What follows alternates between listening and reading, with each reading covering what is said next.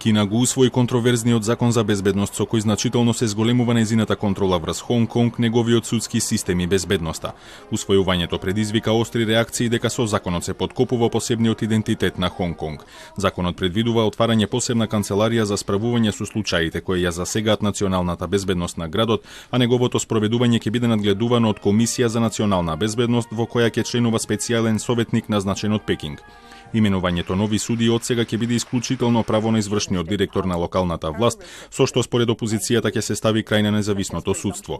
И најважно од се што Пекинг го задржува правото да одлучи како ќе биде интерпретиран законот, односно спроведувањето на пекингшкиот закон има приоритет над локалните закони. Според Пекинг целта е спречување на насилните протести кои повеќе од една година се одржуваат во градот.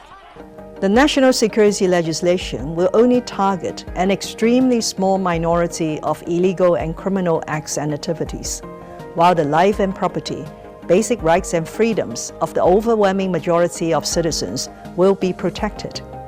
Above all, it will restore stability in Hong Kong. Но критичарите обвинуваат дека законот може лесно да биде изманипулиран во полза на кинеската комунистичка партија и ќе биде злоупотребен за пресметка со демократската опозиција во градот. Our main concern is that national security will be used as an excuse to silence opposition in Hong Kong. It will be used as an excuse to restrict the people's freedom of expression, freedom of assembly. Everything will be done on the grounds of national security. But is it really to prevent national security being endangered, or is it used as a way to silence opposition? Првите действија во одговор на освојувањето на законот веќе ги презедоа САД, кои го укинуваат специјалниот трговски статус на Хонг Конг, а Европскиот парламент гласаше за покренување тужба против Кина во Меѓународниот суд за правда во Хаг.